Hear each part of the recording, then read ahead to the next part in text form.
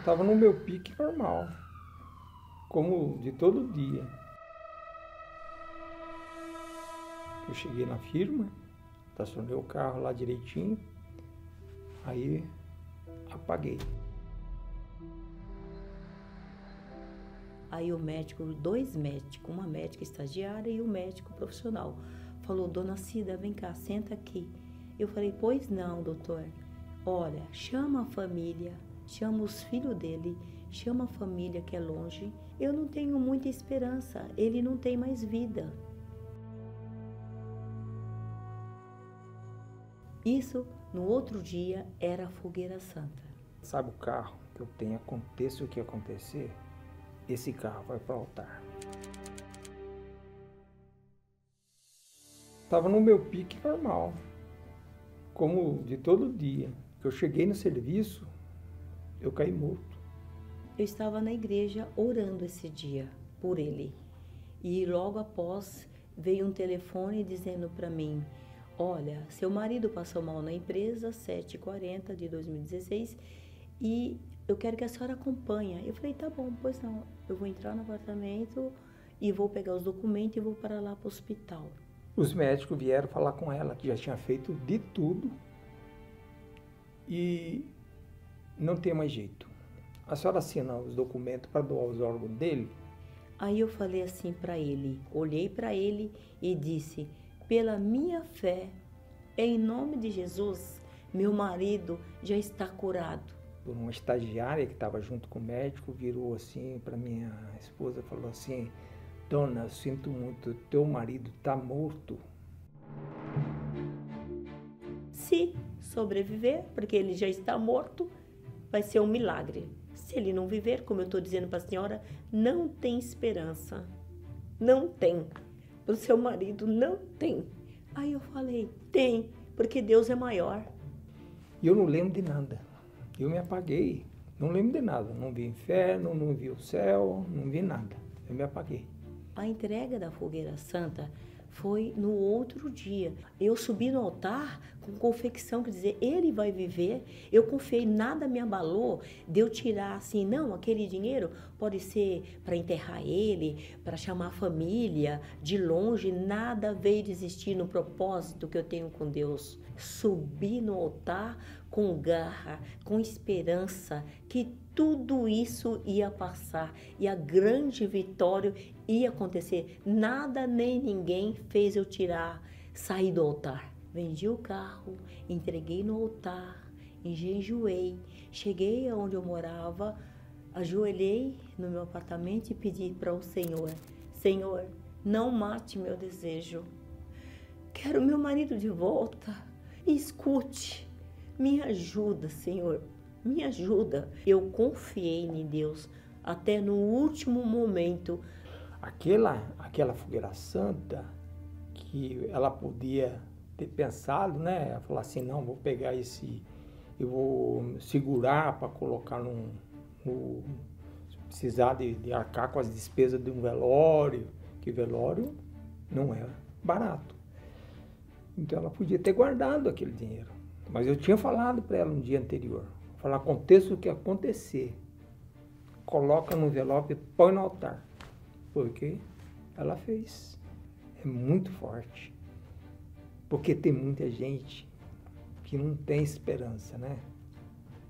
Não tem esperança nenhuma quando vem uma notícia dessa, né? E a minha esposa, ela usou a fé. Eu acredito que eu não sou merecedor. Mas pela fé da minha esposa, para provar que Deus é Deus,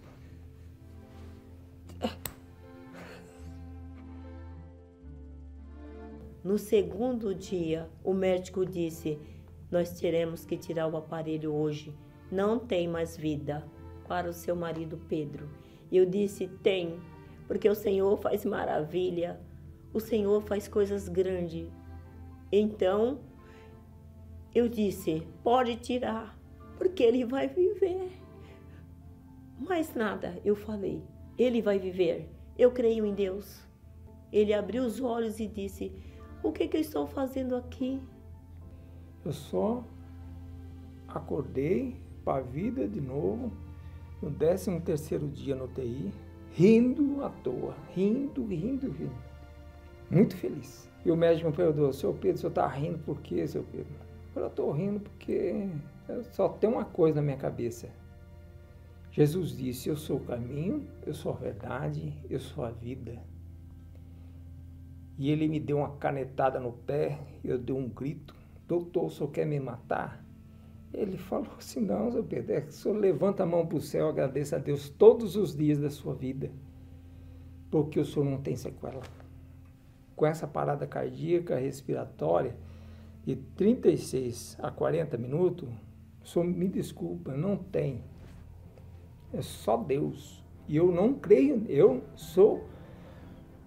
não creio em Deus, eu sou um ateu. Hoje eu vi que Deus existe. Um médico me disse, um médico ateu. E eu estou aqui para dizer que Deus existe. Deus é grande, Deus é poderoso para curar, para salvar, ressuscitar. Eu sabia que ele ia viver muito, porque o próprio Espírito Santo já tinha falado para mim no meu intelecto. Eu subi com muita fé, muito fervor, muita esperança, muito confiando muito no Senhor. Eu subi, mas quando eu desci eu falei: Senhor, quando eu subir aqui agora, o meu marido, quando eu descer, ele já está vivo, vai viver como o Senhor falou. Se é um sacrifício, não existe a prova de vida. A vida eterna, a vida abundante, a vida com vigor, com saúde. Eu dou risada hoje, eu dou risada. Estou vivo. Hoje eu vivo. Porque eu creio num Deus que se o meu coração parar aqui, ó, parar de bater no peito, eu creio que eu vou continuar vivo. Eu tenho esse pensamento.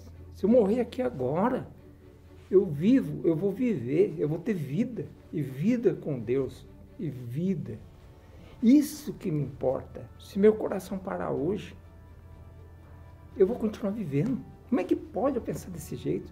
Saudável. Hoje ele pode dirigir. Ele não esqueceu nada. Ele veio perfeito. Nem nada ele esqueceu. Nada, nem senhas de cartões. Me sinto bem, saudável. Hoje eu tenho uma resposta para todo momento, assim, que às vezes uma pessoa, alguém está passando assim, eu tenho uma resposta, Deus me dá uma palavra. O batismo com o Espírito Santo foi muito fundamental para isso. Porque sem isso eu não conseguia enxergar na minha frente tudo que eu passei.